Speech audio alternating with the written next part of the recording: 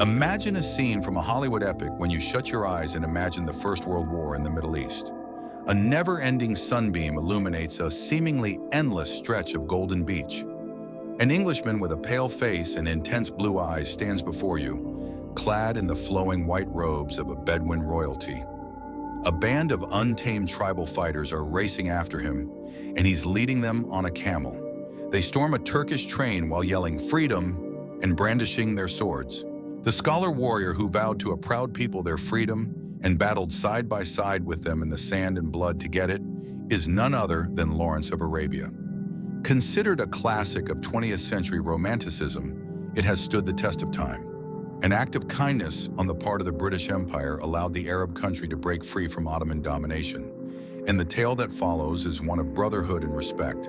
This is a tale of mutual sacrifice in which the contemporary West and the ancient East banded together to resist a common oppressor. However, this tale has a major drawback. Well, that's not true, a stunningly tragic film deceit. Concurrently, as a Briton sat by a desert fire on a chilly night, Thomas Edward Lawrence assured an Arab ruler that Britain would back a massive Arab state stretching from the Mediterranean to the Indian Ocean. Two other gentlemen were seated in a serene, elegantly furnished apartment in London. Their garments were pristine and free of dust. They sported pricey wool suits and collars that were well starched. They weren't partaking in the consumption of bitter coffee and dry dates. They smoked high-quality cigars while enjoying brandy. Lord Mark Sykes, a member of the British nobility, was one of them. The second was François Georges-Picot, a diplomat from France. They were seated around a Middle Eastern map. The Ottoman sultans enjoyed a 400-year reign over the area shown on the map. They were holding a wooden ruler and a pencil from Greece. They drew a line after engaging in some light strokes and a chat that consisted mostly of exchanging information on imperial horses. Ignoring tribe borders, river basins, and mountains, it was just a straight, arbitrary line that sliced across the desert. This line practically said, everything north of here belongs to France, and everything south of here belongs to Britain. The country was being taken from them even before the war was finished. While the patient was still breathing, they were dissecting the Ottoman Empire's corpse. Plus, they were doing it under the strictest of confidentiality. Lawrence was unaware. There was complete ignorance among the Arab rulers who were dying on the sand dunes. Nobody understood. The real story behind the Sykes-Picot Accord is this. This is the tale of the worst treachery that the contemporary Middle East has ever seen. History is rarely a straight line. It is a series of calculated risks and hidden agendas.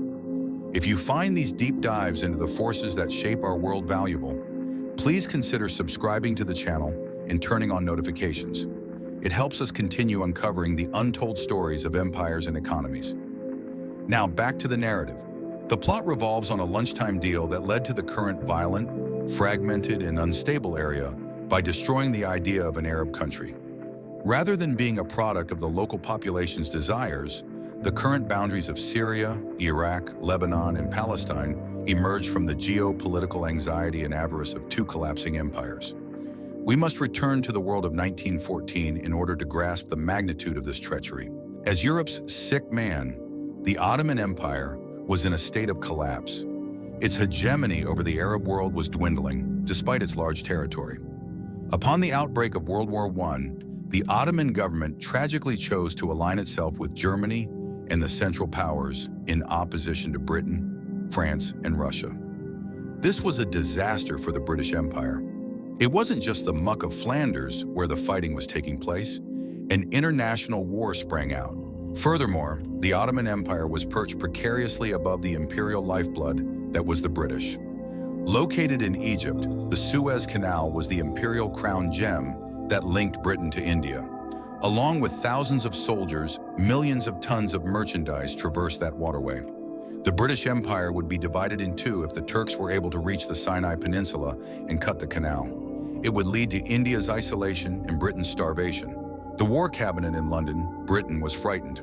They had to devise a plan to divert the Ottomans' attention. They had to launch a fresh offensive to divert the Turks' forces from the canal. Internally destabilizing the Ottoman Empire was their only option. Looking at the map, they saw that Mecca, the holiest city in Islam, may be a possible ally. The Ottoman Empire ruled over Islam's holy cities, Mecca and Medina. Hussein bin Ali, nevertheless, was their local ruler. As a ruler, Hussein was known as Sharif of Mecca. Being a Hashite meant that he was a direct descendant of Muhammad. An elderly guy, he was obstinate, haughty, and desperately driven. He had been unhappy with the Turkish government's overbearing control for a long time. He saw the secularization of the empire and the imposition of the Turkish language on his people as a result of the Young Turk administration in Istanbul. A new future was what Hussein envisioned. In his imagination, he envisioned his family ruling over a vast Arab caliphate, a unified empire that would reach from the scorching Yemeni desert to the verdant Syrian highlands. A chance presented itself to the British intelligence services based out of Cairo's Arab Bureau. With icy logic, they assessed the situation. They could divide Islam in two if they could persuade Sharif Hussein to rebel religiously against the Ottoman Sultan. The Sultan of Turkey had proclaimed a holy war, or jihad, against the British.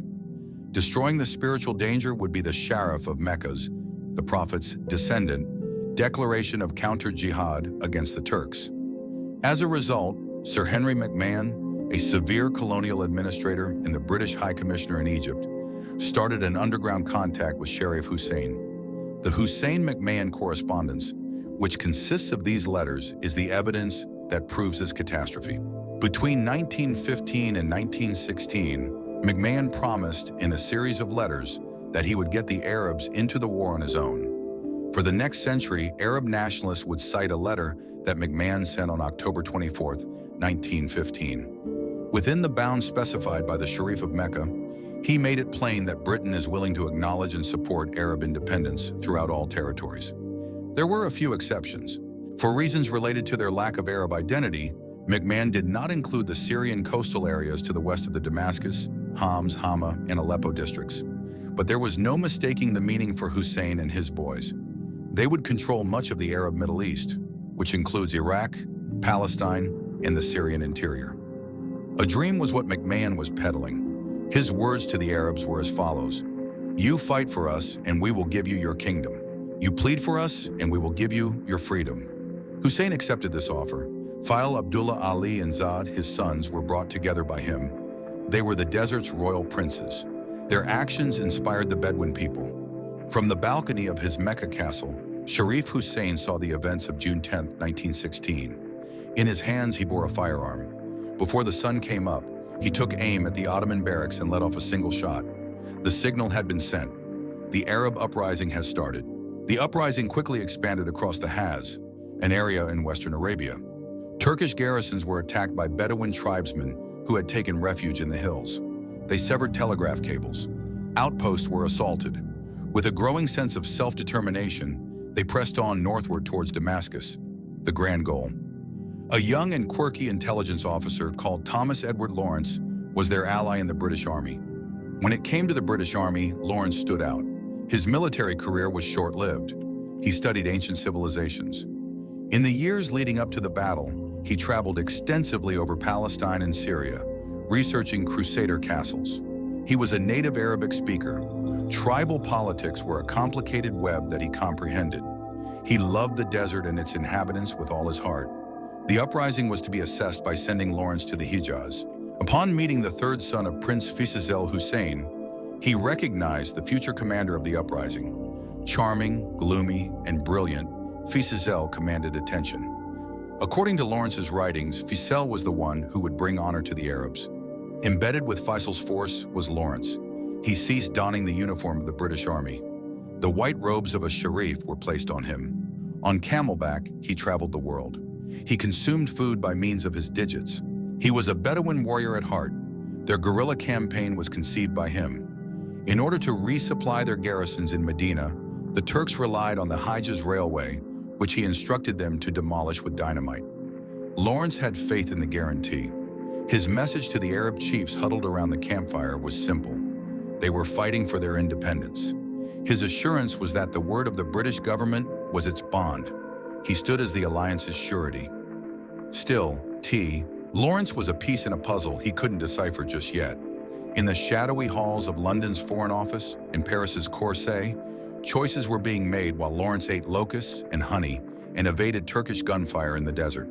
The governments of France and Britain showed little interest in Arab independence movements. They were imperial powers, and liberation is not inherent to empires. They succeed, they take in, they get away with it. There was no struggle for freedom in the Middle East conflict. It was an enormous corporate takeover of land and resources, a land grab. If the Ottoman Empire were to fall, the British administration was understandably worried that another force might rise to fill the void. Russia could go southward after all. Maybe the French would want too much. The land bridge to India was a strategic asset for Britain. Their desire for the oil grew as their desire for the ports did. Consequently, the Allies designated 2 negotiators towards the end of 1915 to finalize the fate of the Middle East. Finding an answer to the Eastern question was their mission. Sir Mark Sykes represented the United Kingdom. Sykes had intriguing and conflicting traits. He was a conservative lawmaker, an avid traveler, and a rich baronet.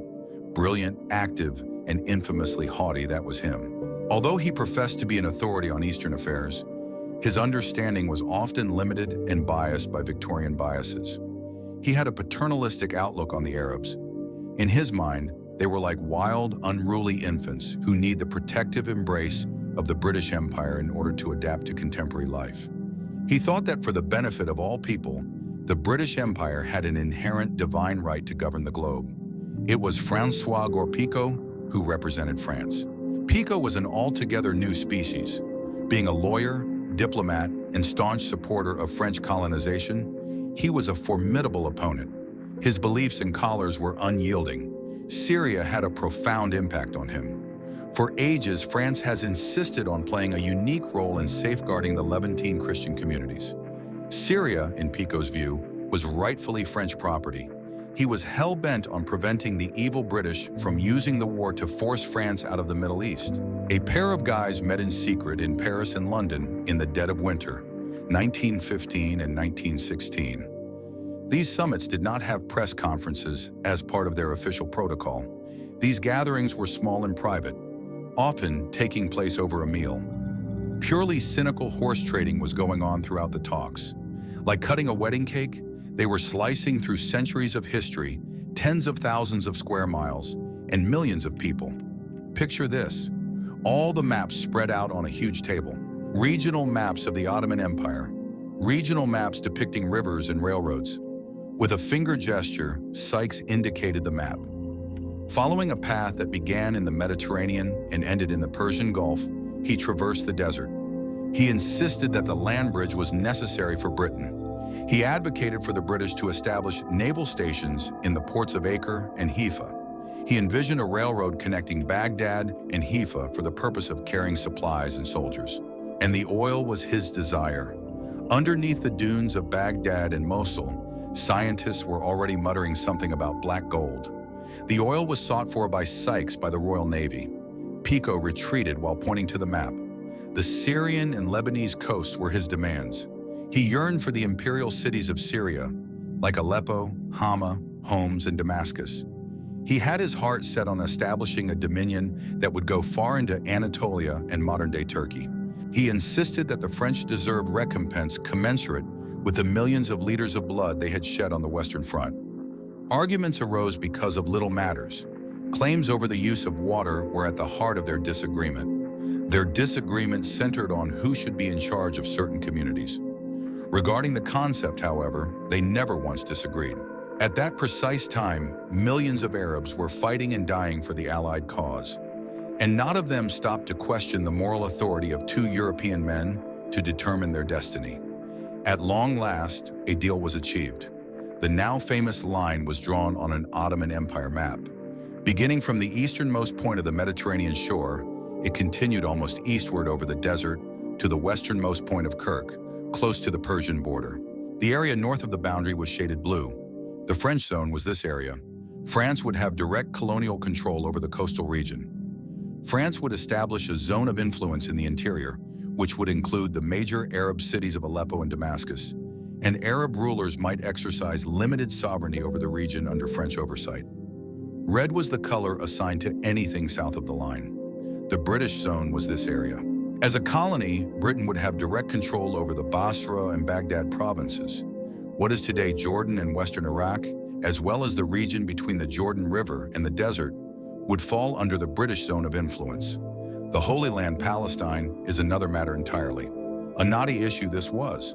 It was desired by both nations. Due to the presence of Orthodox churches in Jerusalem, it was also desired by Russia. Regarding Catholic sacred places, the Vatican has concerns. So, they reached another agreement. On the map, they marked Palestine as an international administration and shaded it brown. It was an imprecise answer to an issue they were not yet ready to address. A letter was signed on May 16, 1916, to conclude the purchase. Although it was formerly known as the Asia Minor Agreement, its architects are better remembered as the Sykes-Picot Agreement in historical accounts. The document exemplified unadulterated imperialism. The plan for stealing was there. It went against all that was promised to Sharif Hussein in the letters written by McMahon. Hussein was informed that Syria and Iraq will be part of one Arab monarchy. The kingdom had recently been divided up by Sykes and Picot, who divided it up like spoils of war.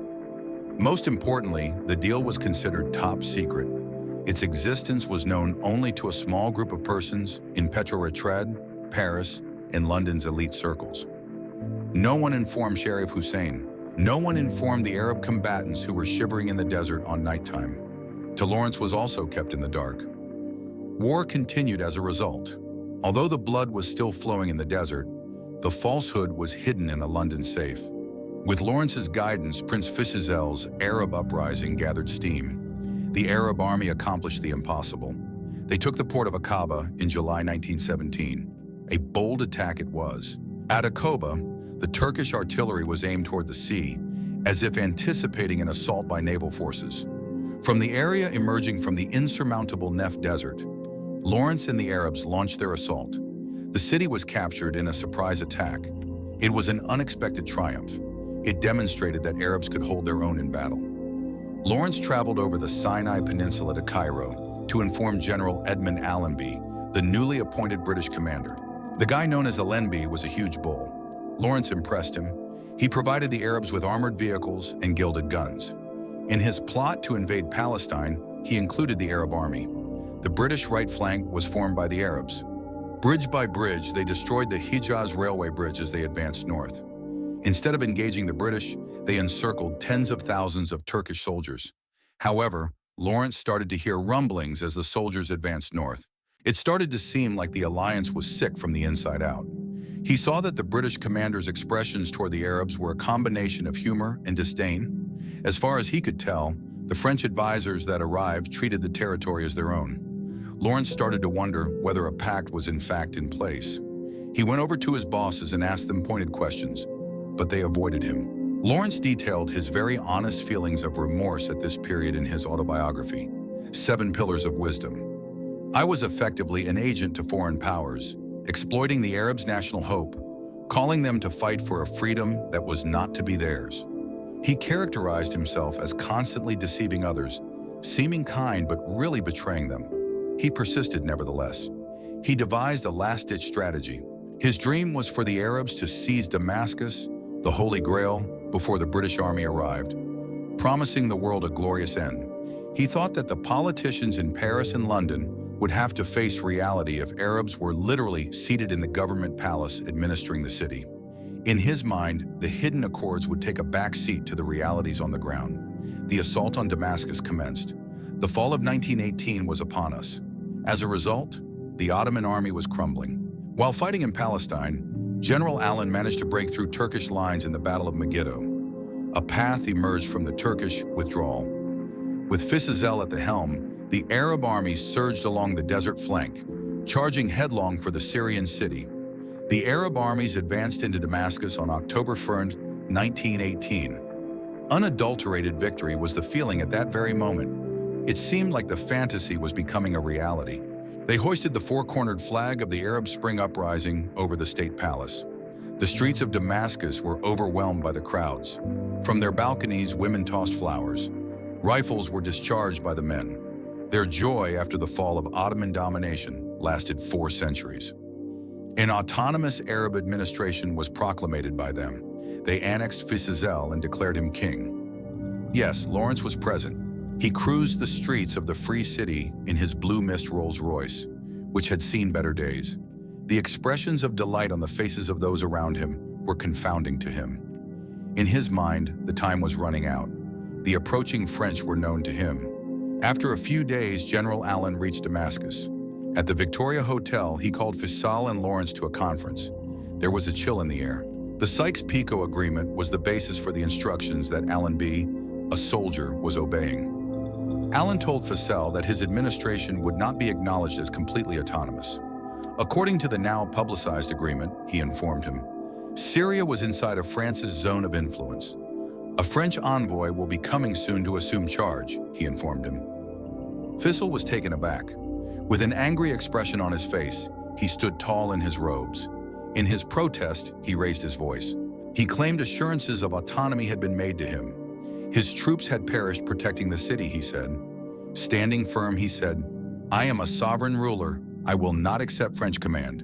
Alani showed no signs of budge. But did you not tell him? He asked Lawrence, who then cast his gaze to the floor. It was the pinnacle of humiliation. Alani informed Faisal that he may temporarily run the city as long as he was subordinate to the Allies' ultimate authority. If Lawrence saw that, he would faint. Lawrence Wawanan, who was distraught, weary, and embarrassed, begged Alani to let him go. He left his position. Before the French came, he fled Damascus. A hero and the uncrowned king of Arabia, he went back to England. However, on the inside, he was a damaged man, tormented by the treachery he had enabled. Although Lawrence's departure does not conclude the narrative, it was no longer a secret, but the Arabs intended to continue their diplomatic war. November 1918 was the conclusion of the war. In 1919, Paris was scheduled to host the peace conference. Faisal made up his mind to visit Paris. To the whole globe, he would make his case. The Americans were his only chance, he said. As if he were a savior, President Woodrow Wilson had come in Europe. Famously, he had issued his 14 points. Independence was a theme he touched on. He said that everyone ought to have the freedom to pick their own leader. He declared an end to the era of clandestine accords. Wilson and America would save the Arabs from the avarice of the French and British, according to Faisal. In January 1919, Faisal reached Paris. Strolling through the snow-covered streets of the French capital, with his robes of white and gold, he stood out among the diplomats' drab suits. His translator and advisor to Lawrence emerged from retirement to help him out. They had stepped into the den of lions, however. No one's views were heard during the Paris Peace Conference. Here the victorious shopped. The status of Faisal was that of an observer, not a leader. He was excluded from the actual meetings by the British and the French. The members of the French delegation gave him hostile looks as he was given the opportunity to speak. The Tiger was the nickname given to French Prime Minister Georges Clemenceau. A cynic who didn't give a hoot about Arab hopes and dreams, he was 77 years old. Syria was his absolute desire. The British Prime Minister Lloyd George was informed by him that France had lost millions of lives in the trenches of the Western Front. France required materials. French colonies were essential. Their prize was Syria, and they would not part with it to appease a prince from the Bedouin tribe. A precarious situation awaited Lloyd George. Although he sympathized with Faisal, at least understood the humiliation of a broken promise, he remained pragmatic and focused on his next goal. New geological surveys conducted during the war proved that the region allotted to France in the original Sykes-Picot agreement, the Vial of Mosul, was sitting on a huge ocean of oil. That oil was desired by Britain. Lloyd George thus chose to strike a bargain. Britain would leave Faisal, he informed Clemenceau in a private meeting. After transferring control of Syria to France, Britain would pull its forces out of the country. It was inevitable that Britain would turn on the Arab forces that had fought with them. If Britain were to accept France's offer, the French would be able to relinquish control of Mosul and include it in their new Iraqi mandate. Arab cities were exchanged like chips in a poker game. In exchange for Mosul's oil, they exchanged Damascus's freedom. We closed the deal. Formalizing the mandates was the Paris Peace Conference. The mission in Syria and Lebanon was assigned to France. The mandates for Iraq, Palestine, and Jordan were all given to Britain. After some minor oil adjustments, the Sykes-Picot map became legally binding on a global scale. Even though Faisal went back to Damascus without anything, the Syrian people still wouldn't accept it. Anger consumed them. After experiencing true independence, They had no desire to return to colonial rule. Full independence was declared by the Syrian National Congress. On March 8, 1920, Faisal was crowned king of the Arab Kingdom of Syria. It was the pioneer Arab nation to achieve modern independence. A constitution was drafted by them. A nation was started by them. France retaliated by using its military might. To destroy the fledgling kingdom, they dispatched an army headed by General Henri Gueux. In addition to being a staunch opponent of Arab nationalism, Gueux was a one-armed Gallipoli veteran. He gave Faisal a death threat: cease to exist or perish. Because it was entirely volunteer, the Arab army was tiny and ill-equipped. Tanks, aircraft, and ammo were all out of their reach. However, they adamantly denied giving up. On their way to Damascus, they advanced to a mountain pass known as Melun, where they would meet the French army. The slaughter at Melun was immense. A brave person took his own life. Within hours, the Arab forces were completely destroyed by the French artillery and tanks. Fate befell the brave Syrian Minister of War, Yusuf al-Azma, who led a charge and refused to surrender to the French, even though he knew he had little chance of winning. The assault on Damascus by the French army occurred on July 24, 1920. It was over for the dream. The brief existence of the Arab state had been short-lived. There is a well-known anecdote regarding General Gueux that may or may not be true, but it holds great symbolic value. He headed directly to the mausoleum of Saladin, the great Muslim king who had vanquished the Crusaders centuries before, on his white horse as he rode into Damascus. We have reached the conclusion of the first chapter of this tragedy as Gad entered the tomb, kicked the coffin, and said, "Awake, Saladin, we have returned." The Crusades were over. The colonial partition of the Middle East had begun. That was the end of the first chapter. The promise, the treachery, and the victory have all been seen. The darker side of the French and British involvement in the Middle East emerges, however. Their sketches were just the first steps. As the summer sun beat down on the old city of Damascus in July 1920, French General Henri Gueux stood tall. The smoke from the towns that had burned lingered in the air even after the dust had fallen after the Battle of Melun. The Arab forces were decimated. Lawrence had promised King Faisal a kingdom, but he was really preparing to leave into exile to Palestine aboard a train.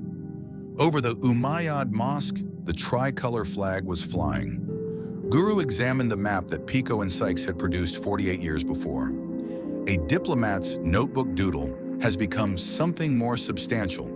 The use of French bayonets, tanks, and aircraft had made it a reality. However, gaining control of the territory was rather different. Another one was in charge. While the British and the French did create new nations, they did not create states themselves.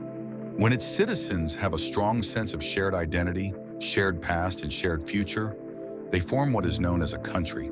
The boundaries established in 1960 had divided relatives who had lived side by side for generations and ensnared those who did not choose to be one. The French government specifically used the divide and rule tactic. The Roman Empire used this tactic. They saw a danger in Syria.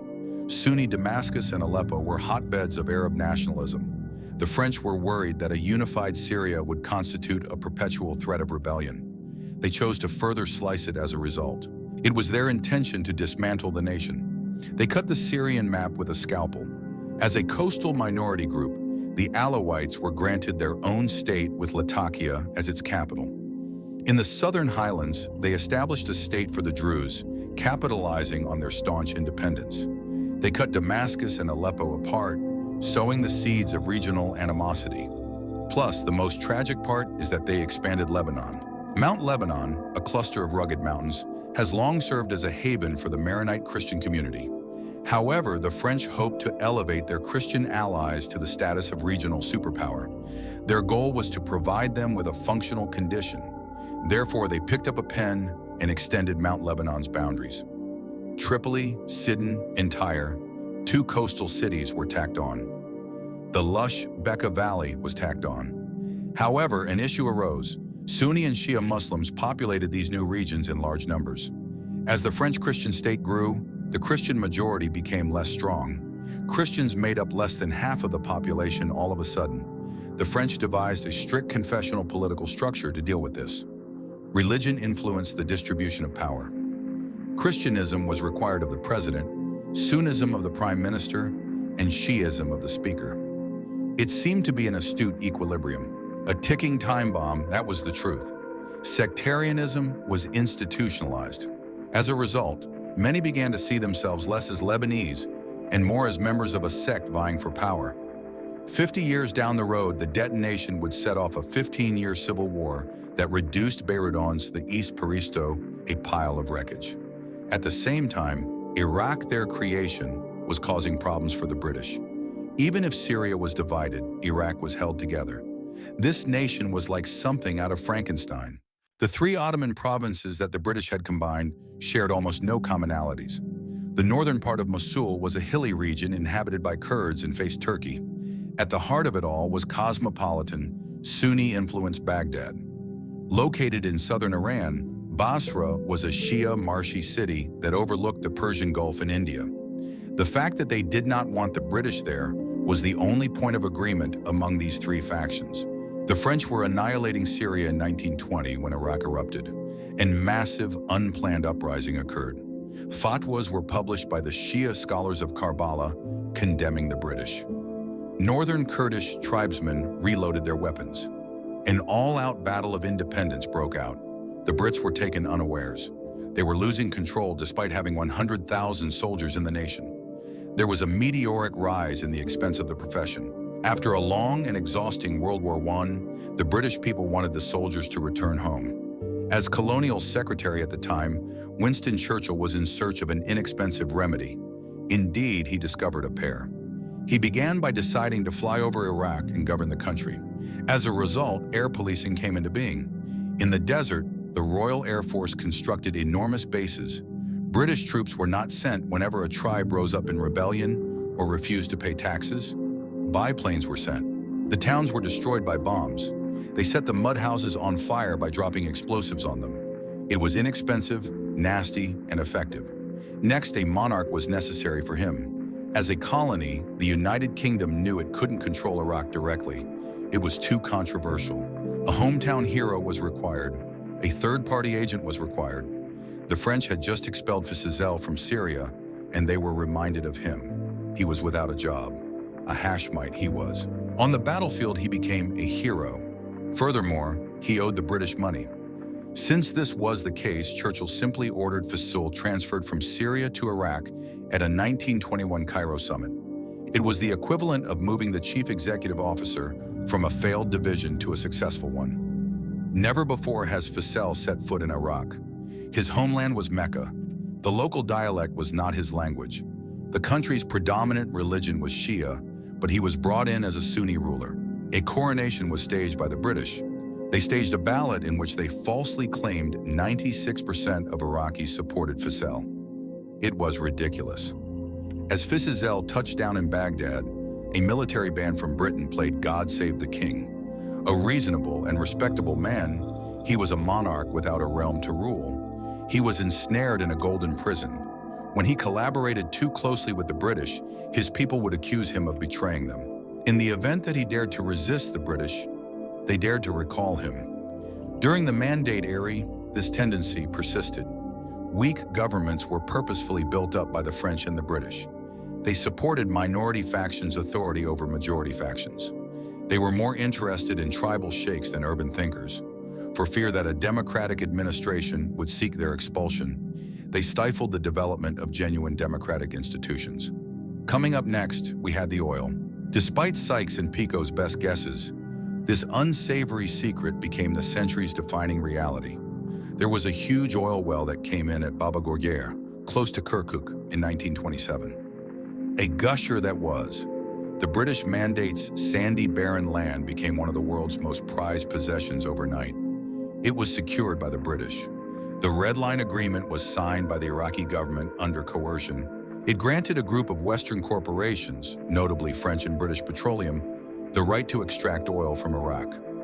A few pence per ton went to the Iraqi government as a little royalty. New York, Paris, and London were enriched at the expense of the country. Anger was seething under the surface because of this resource theft. The Arab youth of today were becoming adults. The vibrations were not of a tribal kind. Among them were engineers, instructors, attorneys, and army commanders. Seeing the maps that Picot and Sykes had produced made them feel ashamed. Disgust washed over them as they saw their puppet rulers. The sight of the oil pipes snatching their riches made them feel cheated. They started fantasizing about a liberty that didn't exist before. Not the freedom that Lawrence of Arabia had promised, which rested on the kindness of the British, but rather the freedom that was imposed upon them. Thus began the era of the coup. As a result, Iraqi patriotism centered on the military. The army rose up 3 times, in 1936, 1941, and 1958. Especially terrible was the Revolution of 1958. The royal family, a dynasty that the British had founded, was butchered in the courtyard of the palace. A bullet struck the king. Throughout Baghdad, the corpse of the crown prince was dragged. The order enforced by the British was violently rejected. However, democracy did not succeed. A dictatorship ensued. After coming to power, strong men like Saddam Hussein pledged to remove the artificial boundaries and restore Arab pride. One of Sykes-Picot's children was Saddam Hussein. The shame of his history consumed him. In 1990, he invaded Kuwait and used the idea that the country was an Iraqi puppet state established by the British to block their access to the sea as justification. In order to rationalize starting a new war, he was appealing to the colonial map's warped logic. The French mandate in Syria came to an end in 1946 after a brutal conflict in which the French bombarded the Syrian parliament. Nonetheless, the sectarian schisms that the French had encouraged persisted. From coup after coup, the nation shook unsteadily. The Ba'ath Party took over at last. Their message was one Arab country, and they were secular patriots. But the Alawites, a minority sect that the French had supported in the 1920s, eventually came to dominate the country. Using terror to unite a society that had been split apart by the French, the Assad family established a ruthless police state. Palestine is located in the International Zone, which is the brown area on the Sykes-Picot map. It was under British authority in 1920. The pledges they had made to the Arabs were contradictory. They assured McMahon of their autonomy in their letters. To the Jewish people in the 1917 Balfour Proclamation, their pledge was a national house. The British wasted 30 years attempting to balance these two promises. Arab riots broke out because they permitted Jewish immigration. The next step was to limit immigration, which in turn sparked rioting among Jews. Everyone was left unsatisfied. By 1948, Britain had already surrendered. With their belongings in tow, they departed, plunging the two sides into a conflict that has not yet ended. The world's most contentious and violent map depicts the border between Palestine and Israel, an unmistakable dark stain on Mark Sykes's map, and an obvious result of British deceit. What does this mean for the present day? Have a look at the papers. Syrian civil war, Iraqi disintegration, Lebanese stagnation, and the Gaza conflict. These occurrences are not unrelated. They were caused by the earthquake that occurred in 1916. Mark Sykes and François Picot's boundaries continue to define the Middle East. However, these boundaries do not exist in people's souls. They are only formal documents. The Kurds, a people who have been left out of every treaty, continue to live in 4 different nations while yearning for the Kurdistan that the mapmakers rejected. Iraqi Sunnis and Shiites continue to face challenges in reconciling with one another and the nation they were forcibly dragged into. The French-built sectarian cage is still holding the Lebanese captive. The past is just one aspect of history. This is all about right now. A cautionary tale is Sykes-Picot's narrative. A cautionary tale about power's haughtiness. A cautionary tale on the futility of trying to force individuals into predetermined categories based on geographical borders. It serves as a cautionary tale about the enduring impact of treachery. Even though he could see into the future, to Lawrence died a broken man. A whirlwind was about to form, and he could see it coming. A motorbike accident on a peaceful English rural road claimed his life in 1935. Someone terrible who had attempted to unite 2 cultures, but had been unable to do so. Mark Sykes was never there to see the mayhem he wrought. In 1919, he passed away at the Paris Peace Conference due to the Spanish flu. As he worked his way up the diplomatic ranks, François Georges-Picot remained mostly unknown, oblivious to the fact that millions of people would grow to despise his name. However, the map bears witness to their legacy. When you turn on the news in the Middle East and see the bloodshed and frustration, you can't help but think of Sykes and Picot. What you see before you is the result of 2 suit-clad individuals deciding they were smarter than the locals. The inability of the Middle Eastern people to live in peace is not the reason why the region is in shambles. The current state system rests on a bedrock of deceit, and this structure is inherently flawed. It was founded on treachery. The specter of Sykes and Picot will linger on the dunes until the locals are granted the freedom to choose their own course toward a better future.